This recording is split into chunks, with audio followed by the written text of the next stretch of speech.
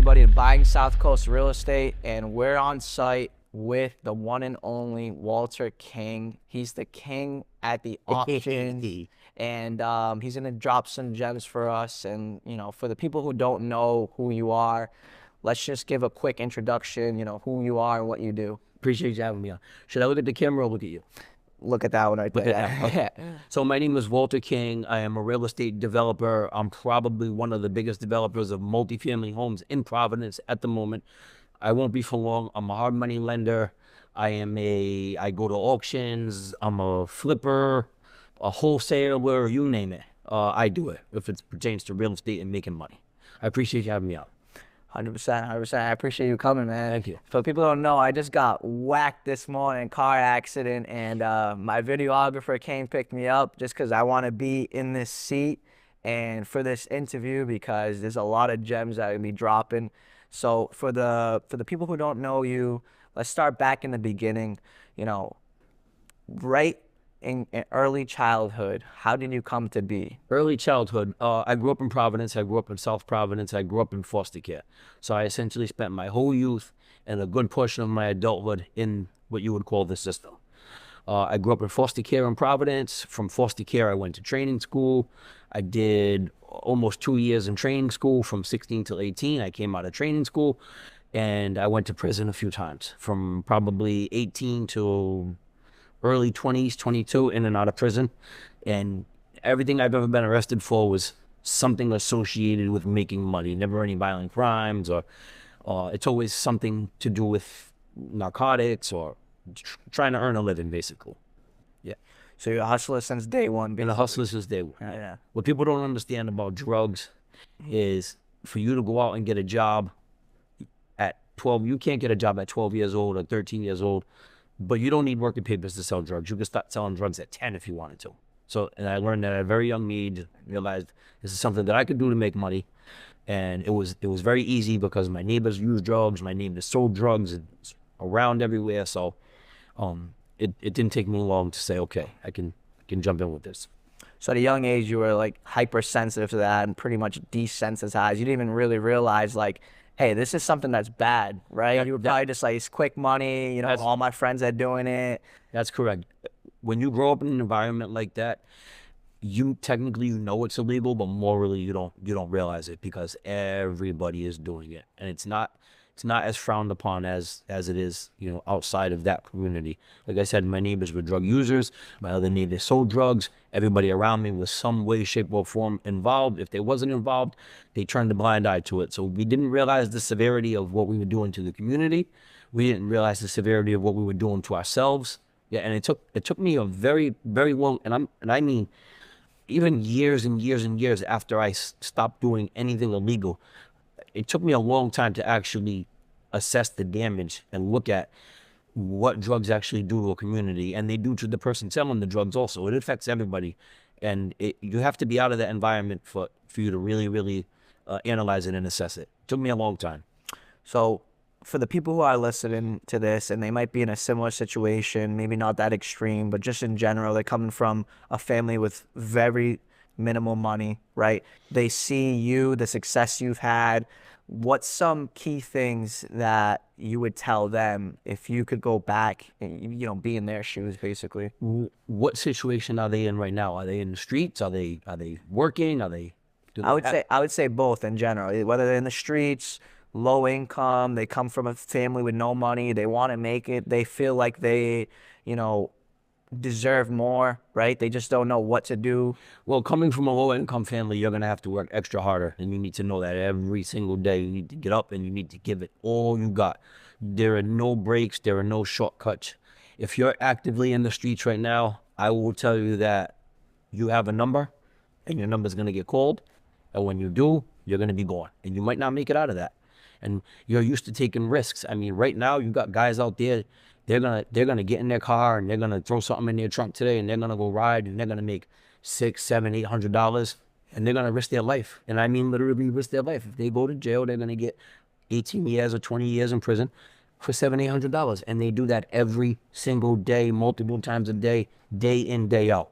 So when you come from that kind of an environment that you're used to risking everything every single day, this is nothing This is nothing to me. That's why I'm such a risk taker with real estate, because I'm used to risking everything every single day, every day. You know, when you're in that life, it's an everyday thing. It's not something that you do Tuesday. You know, you could do something today, and they can come get you a year from now and say, "Hey, we had, you know, we witnessed this, and it's time to go." So I'm used to. I'm no stranger to taking risks, and I'm no stranger to working hard. So after that, your early childhood, how did you progress into real estate? Like, was that So your first business venture? Or- no, my first business venture was when I was 23 years old. I owned a rim shop in Providence, and it actually did well. But my mind wasn't there, and my mentality wasn't where it was supposed to be. I was still in the streets, but I've always been an entrepreneur. I had very little jobs in life. I could never see myself working for somebody. I always saw myself as, not saying there's anything wrong with working for somebody, but I always just saw myself as different than that. I owned a rim store. My second company I opened was a carpet cleaning business, which ended up being very successful. Not because I was good at it or because I was smart. I just worked my ass off. I mean, there were some years I did, and this is going back 20 something years ago. I was doing 100K a year in a carpet van, just cleaning rugs, $1,500 a day, 1,800 a day, 900 a day, all by myself, just in a carpet cleaning van, sweating it out, making money, stacking the money up. Yep. And I did it all by myself. And like I said, that had nothing to do with being smart, no talent, just me being persistent and just grinding every day, putting everything I had into that business. And it worked out very well for me. I ended up having 3 trucks on the road, myself plus 2 other crews, and it did very well. And that kind of set the template for the other businesses that I segued into in life. What did you get into after that? Car dealership. I had a nightclub. Worst investment I've ever made. Nightclub. I had a buddy own a nightclub. He says the same thing. Worst. He lost so much money. I lost $250,000, and this was in 2013. I think he owned his for like less than a year. Me too. And it was like 100,000, and he lost 100,000. And the way he got back some of his money was he just took the liquor that he had bought and sold it. Absolutely, same scenario. I lost about $250,000, and it was in a little over a year. And I would like to say, you know, we learn lessons in life, and I lost the money, but I learned. But I didn't really learn anything, nothing at all. I learned that people open up nightclubs for 1 or 2 reasons. And one of those reasons is not making money. You're not doing it to make money. 100%. I think it's more like being flashy. Like, hey, you want to pass by, do this? Hey, Yes. you know, this is my spot, etc. Let me get you a bottle. You know, it's kind of like showing off. Yes. It's the person I'm talking about. He opened it up, and he had a partner, and the partner was basically running everything. But he was like behind the scenes, very smart person, and ultimately didn't end up making money, but it was popping, which was crazy to me because I'm like, dude, there's lines out the door, and you're telling me you're not making money. It's set up to fail. Everything, the cost of the overhead of running a club or a restaurant is so high. They're very high. If you look at the margins in restaurants or clubs that actually make money, they're very low. And coming down into Providence, if you're opening a hookah lounge, and people are going to take issue with this, and people are going to come from my head. If you're opening a hookah lounge or any kind of, like, you know, lounge or bar, the money is coming from the streets. It's not tied to some hardworking guy, unless you get some guy going through a midlife crisis and somebody sells him on the idea of opening a lounge, maybe. But 90% of the time, the money's coming out of the streets. They didn't work like super hard for it and stash it and invest it. They made money in the streets. They're trying to wash the money or do something with the money. And nightclubs are a very easy business because you can go lease a spot. You could drop $200K into couches. You could pay cash, night speakers and TV screens, and that's a way to. I hate to say, but launder money. Yeah, 100%. Let's go back to the car dealership thing. Yes. So how long did you own that for? Very short period of time, maybe 9 months. I was partnering with somebody, and then I jumped out of it. I had 2 car dealerships in New Bedford too for like 3 or 4 years, and I was the last person I interviewed. We were talking about it for a little bit, and I told him it was like one of the worst businesses I've been a part of. Not specifically, I think it was just the volume, Yeah. you know, and it was a lot of headaches going in and out. To hit the numbers we were hitting, we were the highest sales in the area, and we were selling used cars. So it was like, you know, imagine that It's every 10 people that come in, one of them buys. Mm-hmm. So if we're selling 60 cars a month, times that by 10, we are dealing with 600 plus people Yep. every single month to hit those numbers. It's just crazy. For me, it was way too time consuming, and the return wasn't worth my time going to the auction, picking these cars, researching these cars, getting them to the dealership, getting them out the door, getting them papered to make $700-800, $1,500. You got to do volume to make sense, and this is a lot of work for a very little bit of return. Yeah, it's like normally it's like, say, on a $10,000 car, you're making $1,000 to $2,000. Yeah. It's not worth it. So I do the same thing with houses, except the return is way different. Yeah. But the same energy goes into a house. Okay. But let's talk about, because you were involved in it for some time. So when you go to the auction as a car dealership owner, right, or in general, when you go to auctions for cars, it's a little bit different than when you go to an auction at a house, for a house. So what I've noticed is at the dealerships, like the auctions, most of the time, if I see somebody there, I'm not going to bid them up, right? If it's a buddy of mine, we'll talk before and I'll say, you know, maybe I'm bidding and I go up and I see him start bidding, or we respect each other and we just kind of, hey, I got the next one, you know, you got this one, right? I'm sorry. I was going to say in the auction world for houses, real estate, it doesn't seem like people do that. It seems like they bid each other up. Why is that? Why is it a little bit different? So the purpose of bidding people up at the auctions is to, and they won't admit this to you, but if you're bidding against somebody at an auction, they want to get you to a really, really high number to where you can't close the house and you lose their deposit. Because if you lose so many deposits, you won't come out anymore. So essentially it's eliminating your competition. And that's the objective of running somebody up. You know, different. So my number on a property and your number on a property, they might be different. The number is cheaper for me than it probably is for the guy next to me, because the guy next to me, to close it, he's going to borrow hard money. So he's going to go to a lender. So a $300,000 house is going to cost him another $7,000 just to close it. That I'm going to use my own capital and I don't have the holding costs. So I can pay a little more for the house. But that is the reason why they run each other up at the auctions, to try to get them to the red zone. And like we discussed earlier, a big scam that they do at the auctions is one guy will drop a number, he'll drop 100,000, and another guy will go 200, and another guy will go 300, and the 300 will intentionally lose his deposit, and they'll jump, and they'll make sure that there are no bidders in between.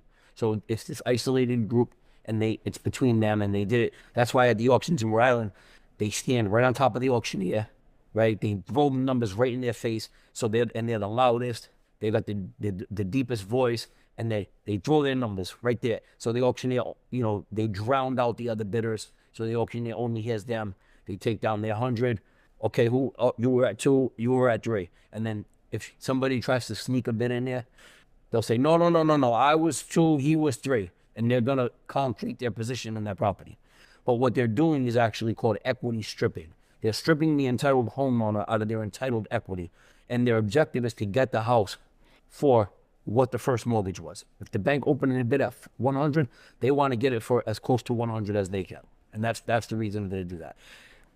The problem is you never know who's working together. I might not know you, you might not know me. I might come up to you and say, hey, you want to do something? And you know me, and I go to a lot of auctions. So yeah, fuck it. And all right, but just drop a bid at 100 and let me take over.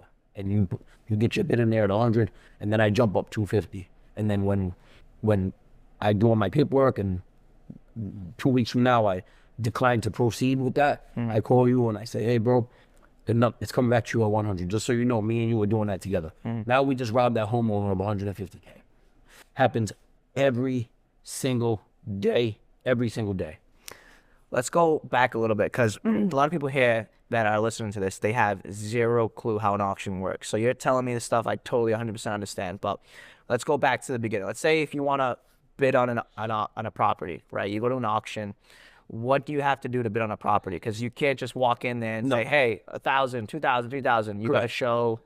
To bid on an auction, you have to register. You have to have a deposit. So a deposit is a bank check made out to yourself. And what you do is when you win the bid, you endorse that over to the auctioneer. So the deposit can be between $5,000 to $50,000, depending on the property, how many times it's been up for auction.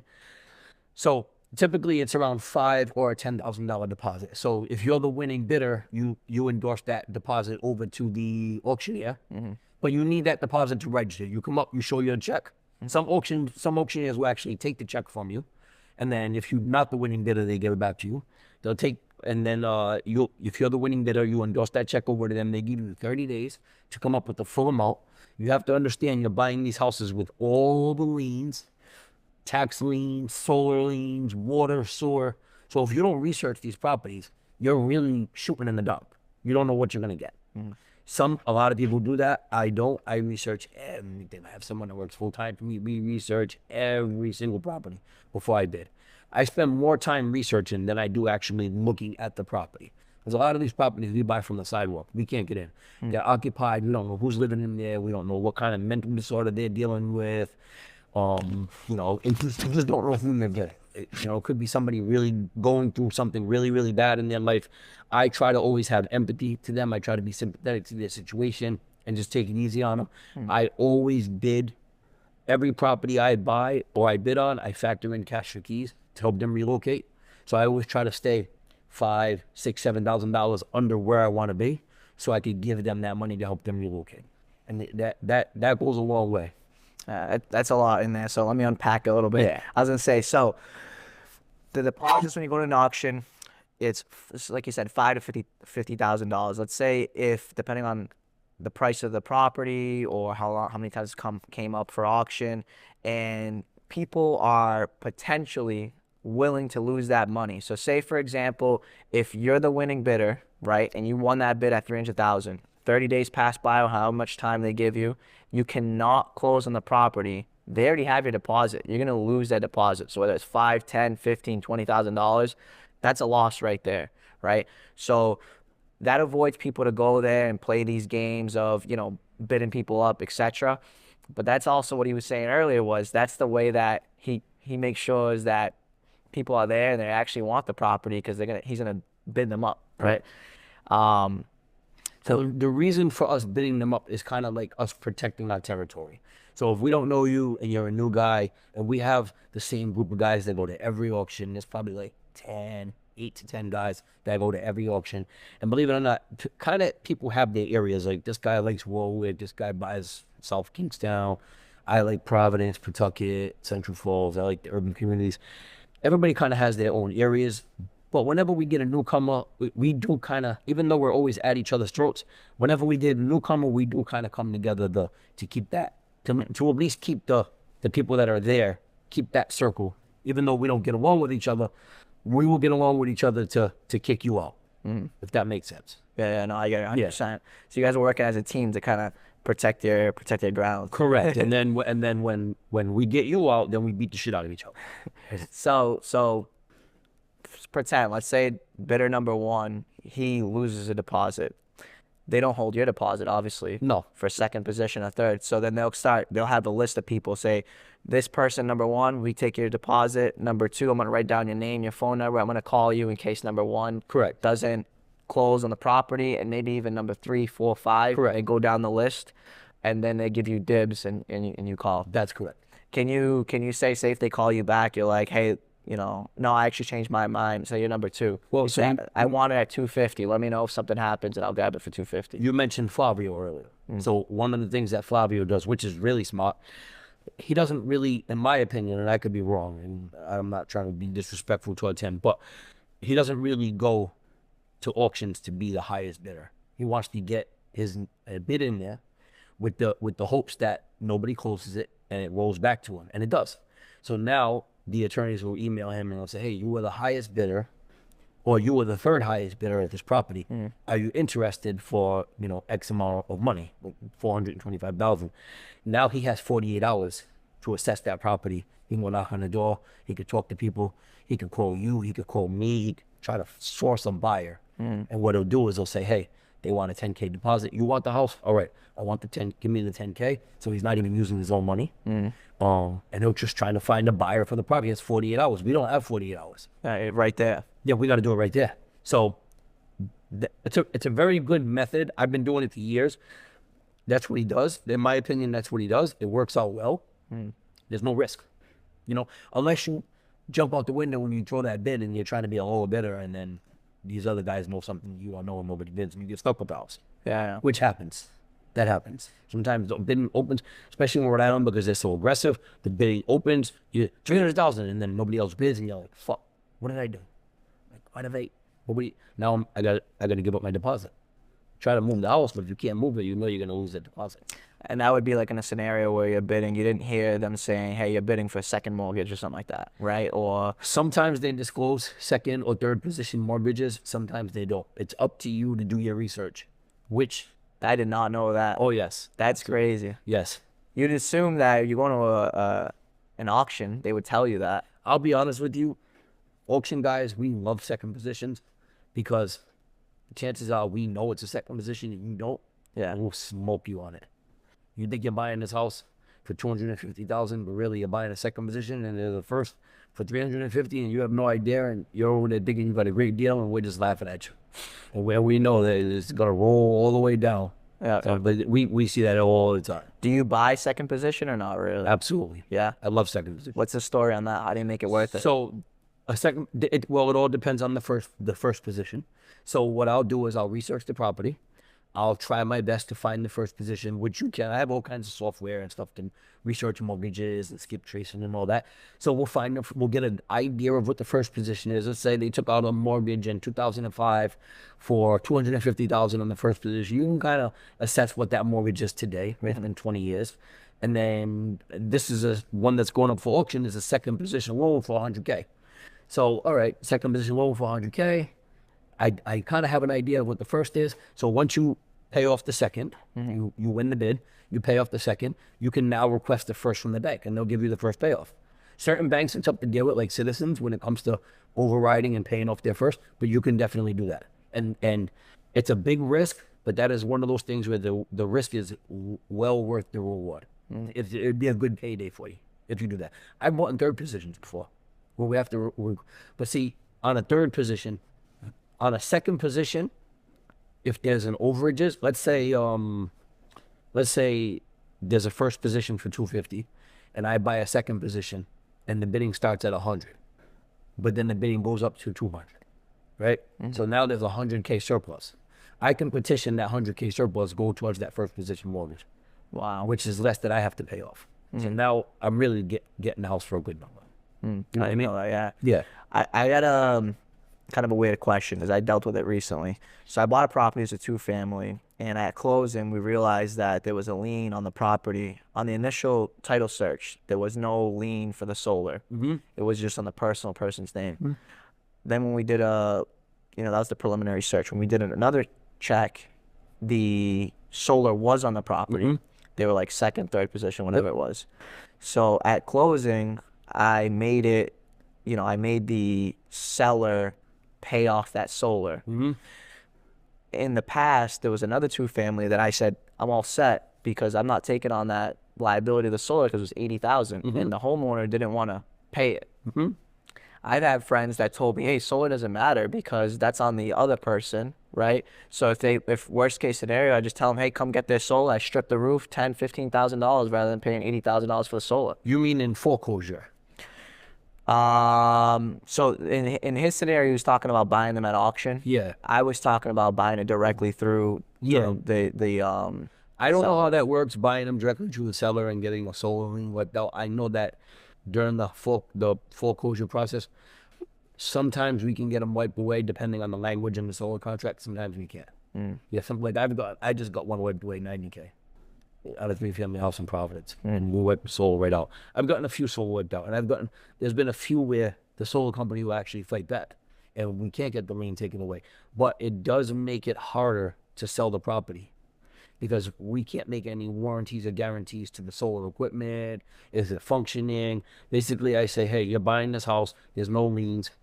You own the solar equipment, but we're not telling you it works. It doesn't work. I can't make any guarantees as to the condition of it. So you're kind of buying the solar as is, where is, but we're giving you the house with no liens.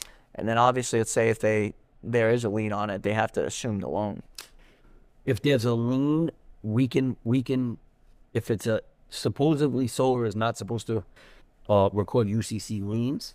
So if there's a lien and it's a foreclosure, chances are it will not survive the foreclosure. You can always petition the solar company and say, hey, this house was sold at an auction. foreclosure, come and get your shit. Yeah. If you don't come by this date, like I did that, I sent the solar company a letter. I said, hey, this property was sold at a foreclosure. I'm purchasing it. Come and get your stuff. They didn't show up. I sent them a cease and desist. If you don't come by this date, do not step from this property. It belongs to me now, and that we never heard from them. That was a brand new plywood, brand new roof, and two Tesla solar systems, 90K. Wow. That the homeowner just bought for free. The whole house was powered by solar. Wow. 3-family house. So every floor was powered by solar, and it was almost 100K, and we wiped it away. Sheesh. Yeah. That's why when I see solar a lot of the time, it's kind of look tricky. That 2-family deal, the one I was talking about, I kind of just backed away from it. My buddy ended up getting it as a wholesale, and what he did was he just assumed the solar, and then when he goes to flip it, he's gonna have them assume the solar too. So what your buddy could do? Did your buddy pay cash for the property? He bought it hard money, and he bought it directly from the seller. So he bought it hard money. So if it's a really good solar and it's really worth it, he can foreclose on himself, and that solar will not survive that foreclosure. You can foreclose on yourself. A lot of people don't know that. Foreclosing on yourself is a way of doing what a title clearing action on your property. So pretty much there's only a handful of things that survive foreclosure. Medical bills get wiped away, like federal taxes, all that shit stays. In Rhode Island, water and sewer stay. What about school loans? Wiped away. Wow. Gone. But doesn't that screw up your credit? Well, they're already going into foreclosure. Yeah. Now my credit, I'm buying a house. Yeah. Oh, you mean, yeah. Like if you said Yes. self foreclosure. Oh, yes. So when I say self foreclosure, I mean more like your property is jammed up with like a list tenant. Let's say you had a property and you were gonna sell it. You were gonna sell it to me, and then you decided not to sell it. And I went down and I recorded our purchase and sales, and I sued you for specific performance, which happens sometimes. You can foreclose on yourself to wipe me away, and that would just get that all clear your title right out. It's a way of doing it. I had that happen recently where it was an agreement we had in place. I knew the person, and I could have sued her. Same thing for specific performance, but it was kind of like I have a good reputation there. I wanted to maintain it, but it's kind of like, we had everything in writing already. We're in PNS. Yeah. I already gave the deposit. You could technically have sued them, but I personally don't think you would have won. I've never seen anybody win specific performance, and I'm a wholesaler, and I'm on both ends of wholesaling, and my business is, I'll give you this for this house. Somebody comes along and says, I'll give you more money, and they might back out. So what I would do in that case is record my purchase and sales. Are you familiar with recording the purchase and sales? A little bit, but Okay. So here's what people don't understand. Forget about DocuSign. That DocuSign shit is trash. You got to get it inked. You got to spend $85 and go down to City Hall and record that purchase and sales. Now you have basically a list pendants on that property. They can't go anywhere with that. They need a release from you before they can go anywhere else with that property. If you put time as of the essence, all that helps you out. But you cannot record a DocuSign. So the minute I get a property under contract, I go down to City Hall, I record it. It costs me $85. I record that purchase and sales. I'm not. That's in Rhode Island or Rhode Island. It's Massachusetts too. I don't know how much it is, but that's in Massachusetts too. You can do this anywhere. You want to record that purchase and sales. Now they can talk to anybody, because what happens is we put a property under contract, and then we start pitching it to people. This guy goes by there, that goes by there, the lady's checking the mail. How you doing? Walter, he's selling me the property. Holy shit, he's making 50 grand. I'll give you 25 more. Fuck him, let the contract expire. Yep. No, you can't do that. I have this. So now, technically, I can sue that lady and force her to sell me that property. Good luck making that happen, because I don't think any judge is going to say, hey, you're getting this property for 50, 100K under market value, and I'm gonna allow you to beat her in court and force her to sell you the property. The purpose of tying up the property is so you could go to her and say, listen, what's going on? Be honest. So-and-so's giving you more. Okay, you need my release? Give me $5 grand. Give me $7 grand. I'll give you the release. Either that, I'm going to tie the house up for 6, 7, 8 months, and you're not going to be able to sell it to him, and we're all going to be jammed up. So, and that's just the way that I would handle it.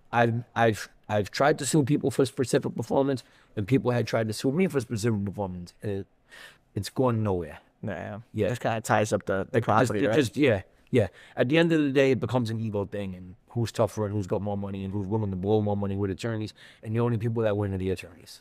So let's let's go back to, let's pretend somebody is just starting off, brand new, and they want to get into auctions, buying properties at auction. What's some things that you would warn them about, or how should they get started? So the first thing I would do is, when you go to a casino and you place a bet, don't bet money you can't afford to lose.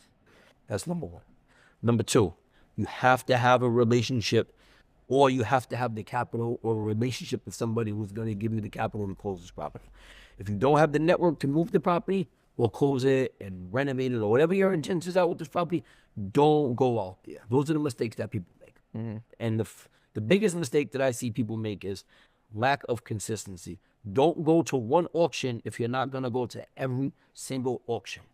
That's it. Don't think you're going to pop in on a Tuesday and buy a house in Cranston. Not going to happen. You need to be there every single day. You need to be there in the snow, in the rain, when it's hot, when it's cold. You need to miss your daughter's birthday party.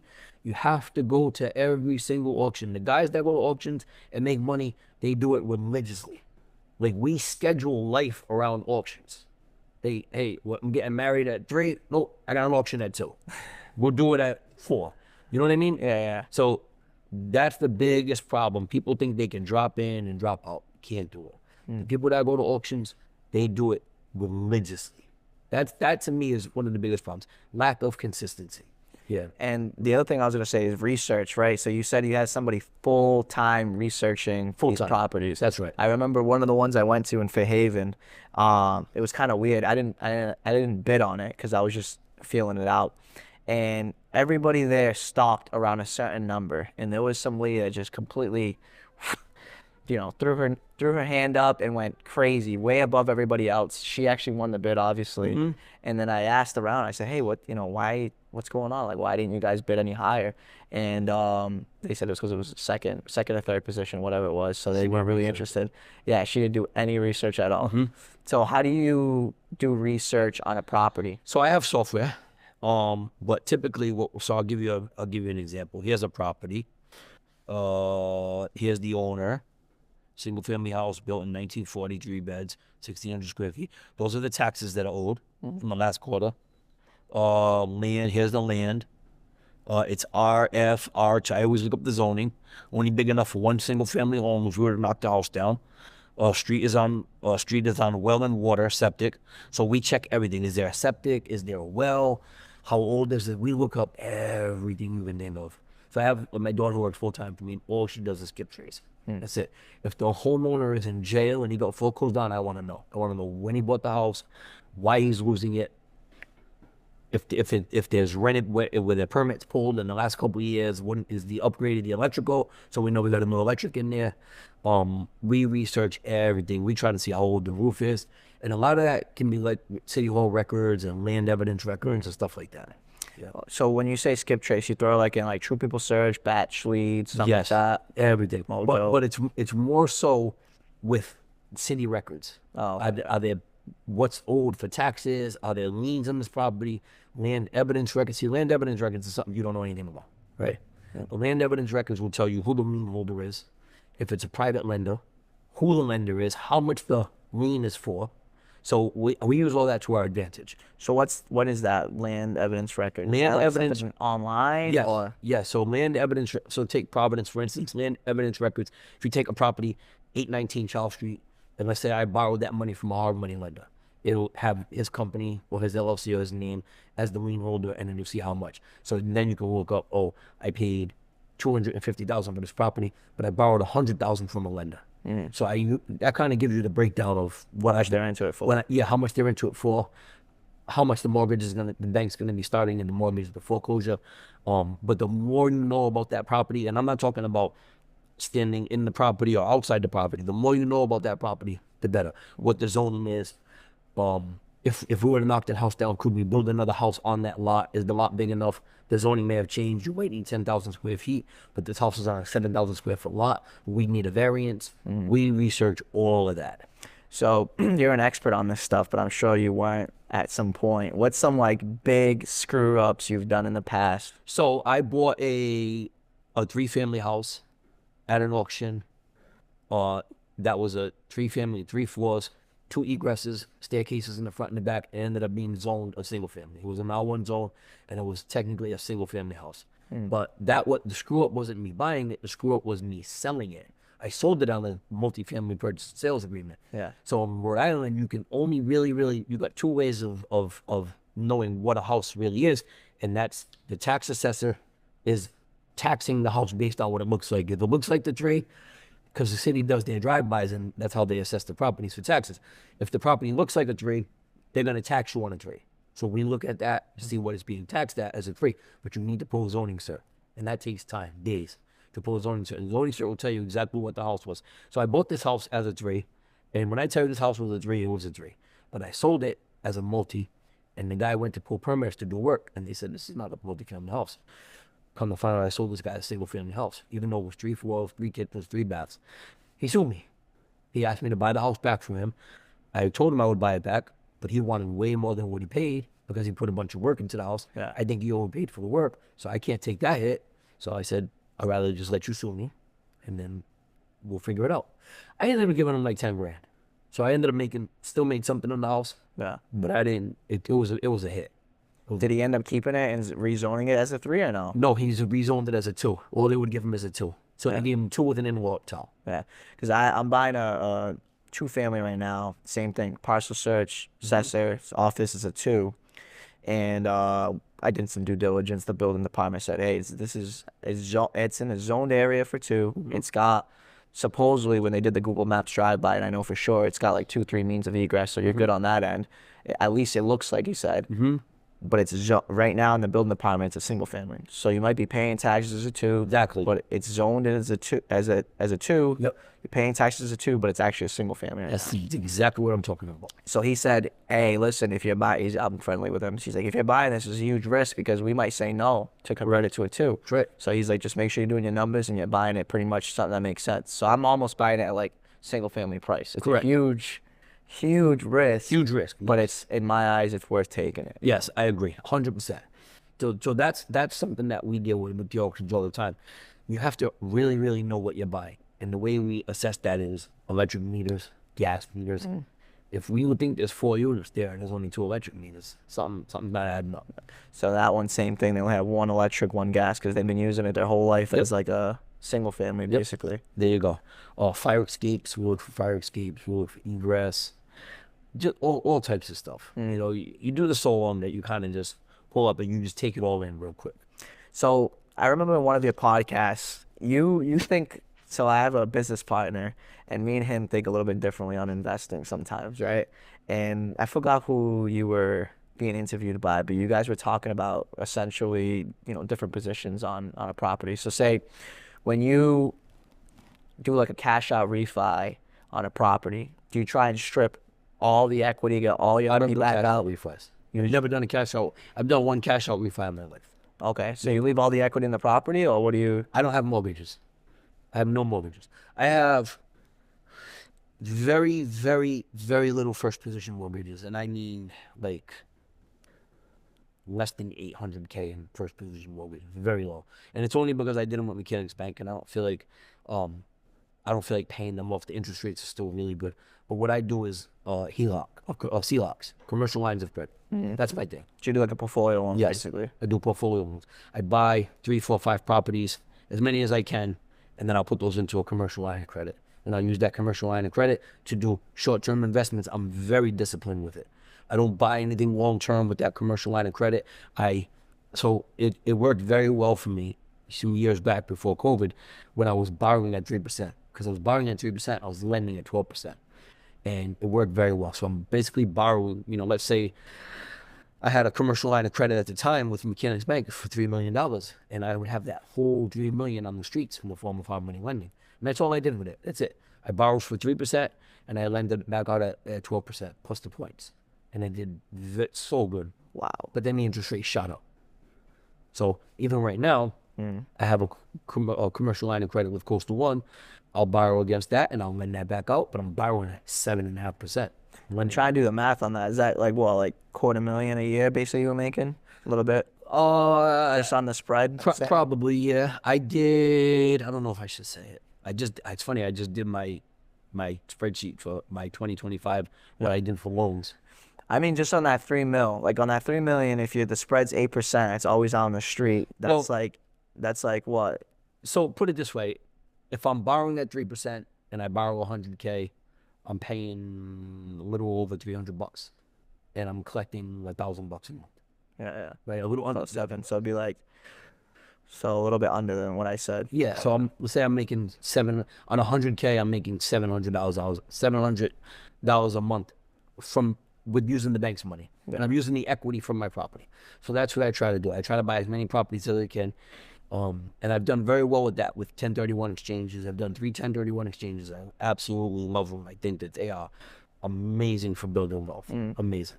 So walk me through that one more time. So basically, these are properties that you just straight up buy cash. Correct. Right? Yes. And then you go to the bank and you say, hey, this property's worth, pretend, 400,000. Let me get a line of credit on it. Correct. I say, okay, no problem, Walter. We'll give you 75% loan to value, I'm assuming. They don't. I never 60? I never get that. What I always get is how the property performs. They lend on the performance, not the value of the property. Really? Yeah, I don't know why. I've never been able to say, hey, this property is worth 100K, give me 70,000. My rents are always low. I'm a terrible landlord. Really? I've got about 70 rental properties. None of my properties, maybe 5 of them perform at market rent. Yeah. All my rents are low.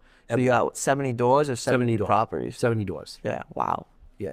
And none of my rents are where they should be. So I always get lowballed on these credit lines because of the performance, of the renters. See, I'd never heard of that. I always assumed it was like 60% loan to value. No, it doesn't. So 67. So put it this way, and I had to learn this the hard way. If you own this building outright, Yeah. but the building was vacant, they're not giving you 70% of this value. If the building is not producing any income, they're not going to give you 70%. You know what I mean? Not, and there are some people out there that I might say, no, he's wrong. That's been my experience. I've dealt with Navigant, I've dealt with Coastal One, I've dealt with mechanics, Pawtucket Credit Union. I've never seen them give me 70% loan to value. It's always based on performance of the property. Yeah. Well, that's interesting. You know what it is probably? Because if you're doing one-off, so I'm assuming, I don't know. I'm assuming, say if you're doing one-off, say if you do like, hey, just this one property, we'll do 60, 70% loan to value, right? But since you're doing such a large portfolio, like say 4, 5, 6, 7 different properties at a time, just so it's easier for you, easier for them. Yeah. Maybe that's why, I'm assuming. I don't know. So what I've tried to do in the past, I'm a developer. I build a lot of multifamily new construction homes. What I wanted to do was build, because I can buy a piece of land and build a house for $550,000. The value of them are like 705. So what I wanted to do is buy them, refinance them, pull out all my money, do it again, and keep adding to my portfolio. But even if I'm charging $2,500 a month rent, they're still not giving me the $550 I need. Really? Yeah, woman's just not there. Yeah. So I just that formula doesn't work for me. Yeah. Wow. Yeah. Do you think that's like a printing money hack? You know what I mean? I'm sure some people do it. Some people get away with it. I think they're leaving something out because it sounds good, like on a podcast. I build the house, I pull out the money, I refinance, I do it again, I do 10 of them. Yeah, sounds good, but I've never been able to do it. And I'm not saying that there are people out there that don't do it or can't do it. Me personally, do the numbers. Say you have a brand new construction house. Yeah, you have infinite return right away. It's like the Burr method. But what's your mortgage going to be on $550,000? I don't know. What do you think? Like little 3,600? Yeah, I would say almost 4,000, and then taxes and insurance. We're only collecting $5,000 in rent. They're not going to give it to you. The numbers are not there. That's the way I see it. I've tried. I just had a new construction and I was having a hard time selling it, so I called up my buddy and I said, hey, if I wanted to cash out of this, and we went through the numbers, and he said, your mortgage is going to be 3,600, and that was with me cashing out at $560,000. I wanted all my money out, so the property stand me nothing. Yeah. And it just wasn't doable. He was like, we can give you a little under the 560, and even then, you're not making any money on the rentals. You're making zero. So, and that's on a cash out refi. You weren't trying to do like a line. No, it was a cash out refi. Yeah, the credit line would have given me even less. Yeah, like 60 or something. Yeah. Yep. So, how did you get in that position where you could borrow so much off your properties? You're essentially cash position, like what? So I'll be honest with you. I started buying properties. I've only been in real estate since 2014. 2014, I owned one house. That was it, like my primary residence. Um, I just got lucky and I found some really, really good properties and I bought them and had a ton of equity in them and I put them in that first credit line and I started using that credit line and I just been building and building and building. And then I did a couple of 1031 exchanges and those just shot me right up. I mean, I bought a multifamily house in Woonsocket for $55,000 in 2015. Wow. Now you think that's a great deal, but if I would have took you to this house in 2015, you would have told me I was crazy. You know, you would have said, don't buy this house. But I said it's a multifamily house. It's a 3-bedroom. I paid $55,000. I renovated it at the time. I probably put 40 grand in it to renovate it. Back then it was cheap, and I kept it and I rented it for all this time. And the house basically paid for itself. I paid cash for it, never had a mortgage. And then I sold that house for $500K, and I took that $500K and I bought a single family house at an auction. I paid $200,000 for that, and I bought another duplex in Providence, a deed restricted property in Providence for $350,000. I had to put $50K of my own money in. What does that mean, deed restricted? So deed restricted means at some point in time, these people borrowed money they took a grant from the feds, and the feds put deed restrictions. They do that so they can get their lower income housing numbers up. Oh, okay. I see what you're saying. Yeah, So there's a 15-year deed restriction. There's a 30-year deed restriction. There's 13 years remaining on this deed restriction on this property. This is the reason everybody was afraid of this property, because of the deed restrictions. Now I look at the deed restrictions, I can maneuver around those. You can only charge so much money per month for rent. You know, there's certain requirements to buy the properties. So, but this is a beautiful 1,700 square feet on each side duplex. Beautiful duplex. Without the deed restrictions, this property would probably be worth $700,000, but I got it for $350,000. What people don't know is you can buy out deed restrictions. You can go to the city or the feds, whoever gave them the money, and say, you gave this lady $50K 15 years ago. Let me give you the $50K and buy you out of it. And a lot of times they'll say, okay. And they'll take the $50K back and they'll release the house out of jail or with the deed restrictions. I don't have to do that because there's only 12 or 13 years remaining. The house is up and renting and performing. I'm not going to sell it because if I do, I'm going to get whacked with taxes because it's 1031 exchange money. Yeah. So that's how I turned $55,000 into $1 million in equity. And that's what I have now. House is worth probably, I don't know, $550 with the deed restriction on it. And 2-family is worth $375. Wow. That came from a $55,000 duplex. You have to understand that $55,000 duplex, you probably would have said, don't buy this property. The equivalent now is not a duplex, it's an up and down, but the equivalent now is a little shithole in Providence. And me saying, hey, I'm going to buy it for $250,000. I don't think it's a great deal. But no, I think this is a good deal because what this property is going to be worth in 5 years, it's going to be worth $600,000. That's the play. So you don't like using the bank's money. You like being just cash heavy and having your own money, essentially. So what I'm always looking to do is defer taxes. I pay a lot of money in taxes. So I'm always looking to defer taxes. Any way I can get around paying taxes is a good day for me. I have a G-Wagon outside, and I don't even like that car. And I bought that just to avoid paying taxes. I figure there's less money I got to give the government. It's a huge write-off. Let's do it. Every time an iPhone comes out, I buy the iPhone. I don't care what it costs. It's a tax write-off because wholesaling and building, I'm in a 42% tax bracket. So if I make $100,000, I got to give the government $40,000. So, but break that down because say for example that G-Wagon costs you what, 100% write-off. I paid $185,000. Let's say you spend $185,000, right? You still got to spend that $185,000. Correct, but it's $185,000 write-off. So I can write that whole thing off, and I can write it off for 1 year. And I can write it off for 2 reasons. Number one, I am considered a social media influencer, which is a very new thing for the feds, for the tax.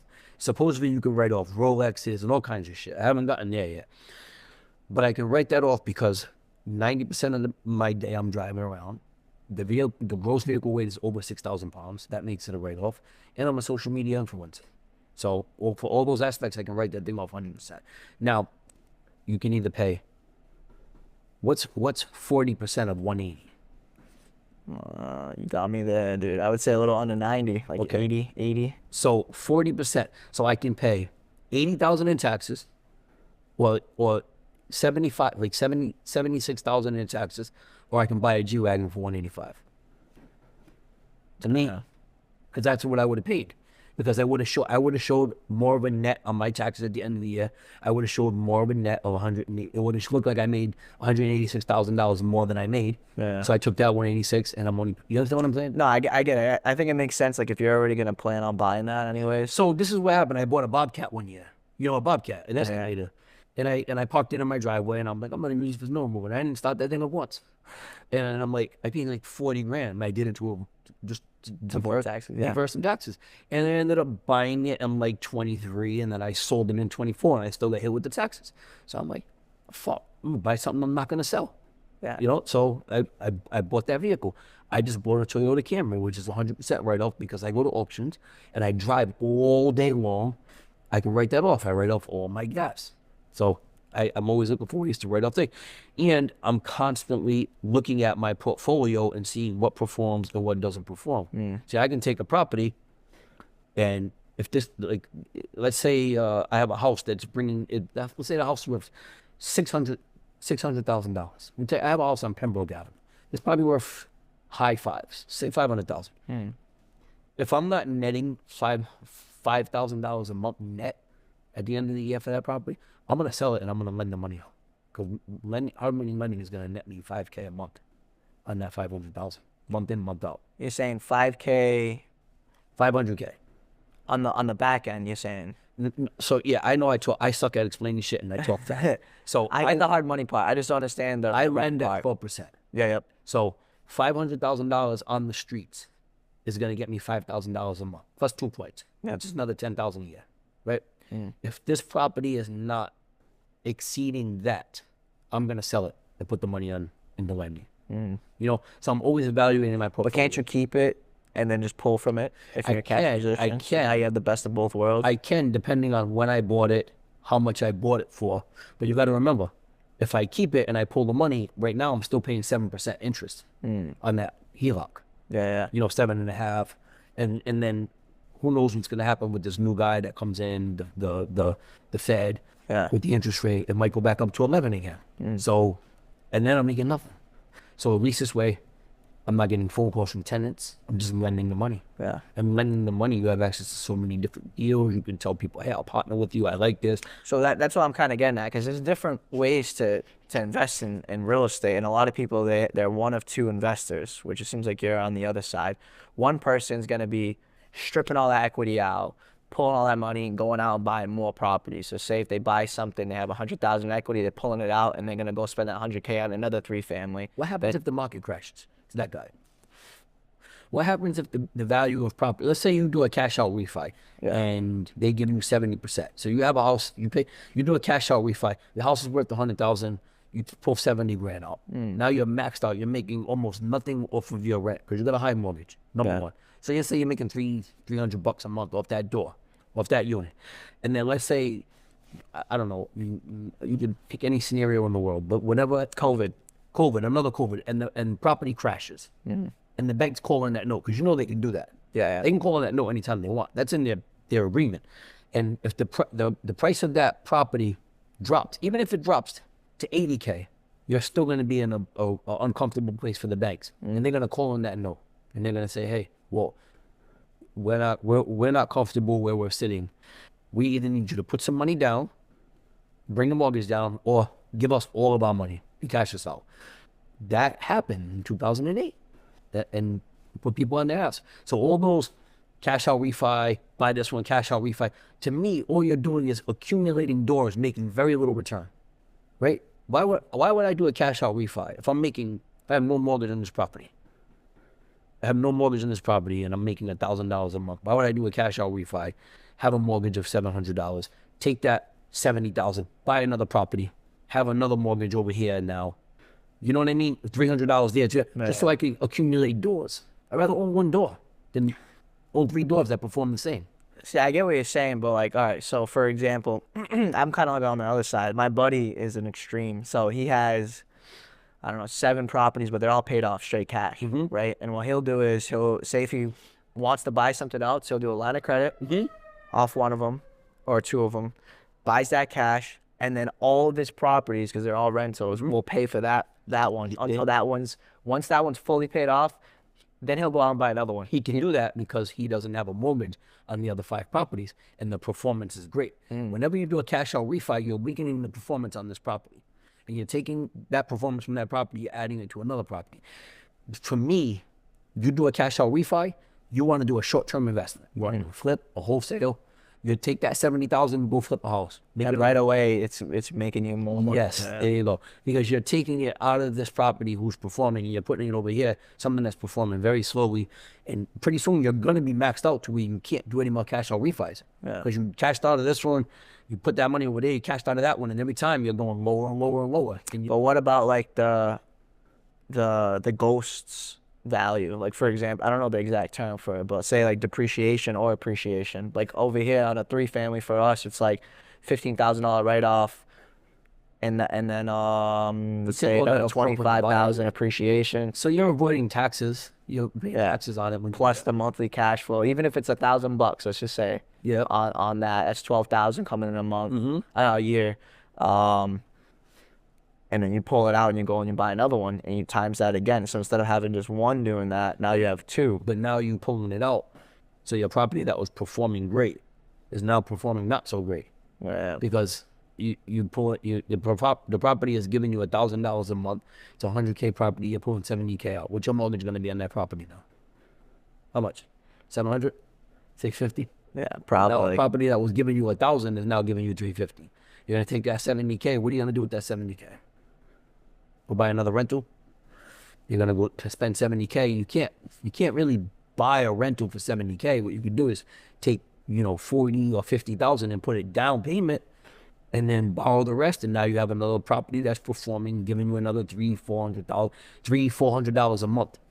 It's the way to grow, but it only works in an economy where the equity is constantly building. Right now, we've kind of leveled off with equity. Like, it's kind of stable right now. Like, right, you're a real estate agent, right? So, like, with the prices of houses, they kind of, like, stabled out right now. Yeah. So, I would say, at least in this area specifically, I think single families, they're stabling out a little bit. Some areas, if you're not pricing it correctly, it's not going to sell. yes. But multis, I think, in general, I've seen people just go crazy with them still. I can't speak to Massachusetts, but Rhode Island, I think multis are maxed out. Yeah. Yeah, I think they're maxed out. Yeah. I think we're getting $700,000 for a 2-family in South Providence. Wow. $700,000. And I'm getting it. But they're not appraising anymore. But I know who our biggest consumer is people from Boston. They can't afford to live in Boston, or they can buy in Providence, and Boston will cost them $3 million. So they're willing to take the commute, and it's convenient. We got a bunch of trains and ways to get in and out of Massachusetts. But that's the majority of the people that I sell houses to from Massachusetts, or people from Boston that work from home, and they don't have to deal with the commute. But I deal with that a lot. So you're essentially pretty much like cash heavy, no real mortgages, just because then what you do is you act as almost like a bank. Correct. So you've reversed it on the bank because you're like, I'm using your money. Back to your scenario, right? Money. You have a property for $100K. You cash out, and you pull $70,000 out of that. You put that $70,000 on the streets. That's gonna net you $700 a month in, month out, off the bank's equity. You know what I mean? You'll make a little bit more money, but to me, I'd rather do that than go buy another rental. If it wasn't for taxes and capital gains, I would sell all my property, everything, and I would just lend. But I'm gonna get slammed. So the reason you have properties is to borrow against and for the Correct. tax write-off. I use rentals for leverage. That's it. I don't care. I make shit off my rentals. I make very little bit of money, and I have no mortgages, and I make very little. Yeah. If I showed you how much money I collect in rent, and I showed you what I made every year, you would say, let me come in and let me come in and fix your portfolio for you. I mean, I've got 2-bedroom apartments. I'm still getting $850 a month rent. Wow. But I just don't want to deal with it. Yeah. I don't want to deal with raising around people moving. I don't have a mortgage, So how much do you normally charge someone on hard money? Like, what are your rates? 12%, 2 points. 12 and 2? Yep. Yeah. Then that's it. Even if if they've been borrowing from you for years, you don't give them a discount. It depends. Yeah, since you say it like that. long. Yeah, if it's a friend of mine. But there's no difference in 10% and 12%. You're talking about a few $100 over the course of 7, 8, 9 months a year. It's a couple $100. I don't even care about the interest. I care about the Points. Yeah, yeah. If I can hit you for 3 points, I'll tell you. If I don't like the deal, I want 3 points. If you're not really, some people are so lost. Like, hey, can you put nothing? Can you put something down? Nah, I don't. I can't put anything down. Nothing. Can you put 10,000 down? Nah, I don't want to put anything down. Okay, I want 5 points. All right, 5 points. All right, no problem. Like, hey, you should have put 15 G's down and did it for 3 points. Yeah. I'm not even kidding with him. That's a real thing. That's crazy. Yeah. I work with the same lender, so they've been pretty much what they do now is they'll zero me out at closing, and then I'll just pay for the rental out of pocket. Yeah. It just works better for me. Yeah. But I'm not a fan of giving renovation money. Yeah, I'm not a big fan of it. I'm doing some new construction draws on funding some new constructions, but I know construction very well and I know the people, but I'm not a big fan of it. It breeds corruption. It breeds scamming. I feel like this is another thing I want to talk about quick. So, so I see a lot of people, and they do exactly what you just talked about. What they'll do is they'll buy a flip, needs a bunch of work, right? They'll go to a hard money lender, and they'll borrow, like you said, the rental. They're going to take that money. They're going to go out and buy something else with it. They're not even going to do the rental. And then they're just stealing from Peter to pay Paul. Way bigger problem than you boom, think. boom, boom. I've seen it locally. I'm thinking to myself, I'm like, so on the smaller scale, I've seen it with this guy at a car dealership, and I'm looking out from the outside, and I'm like, man, like this guy's killing it. He has a huge floor plan. Like, it's crazy, right? Guess what? Like, not even a year later, I've seen repo trucks outside grabbing all his inventory, right? And fast forward now, when I'm in real estate, I see a lot of guys doing the same thing. I'm thinking to myself, I'm like, this is insane, right? That's why when I do the hard money, most of the time I do the renovations on my own, because there's a lot of value in that property. If I needed to do the draw, there's still value, and I can still pull it from them if I want, but it's coming out of my pocket just in case, Scamming lenders is a big thing, and a big thing. And here's a real common scam. He has a piece of land. He's selling the land. He wants 100,000. You want to buy the land. I'm the lender. You come to me, you say, well, my buddy's selling me a piece of land for 150,000. I'm giving him 50,000 down. Can you release 25K and can you give me the money to buy it and release 25K in construction? And I'm like, oh, this guy's putting 50 grand down. Oh, that's great. Yeah, no problem. And then you go with him and you grab you buy the land. I get my money. I mean, he gets his money. You get your 25K, you draw it, and you just never pay the lender. And you walk away with 25,000. Happens all the time. All the time. You gotta understand, when you scam a lender, your name's not going into no database, no credit. It's just word of mouth. And you could rob lenders in Massachusetts all day long and go to the island and be. That would be on a small local, like, hard money people. Yeah. I feel like some people, they'll run your credit and they'll do this, they'll do that. Hard money lenders don't really.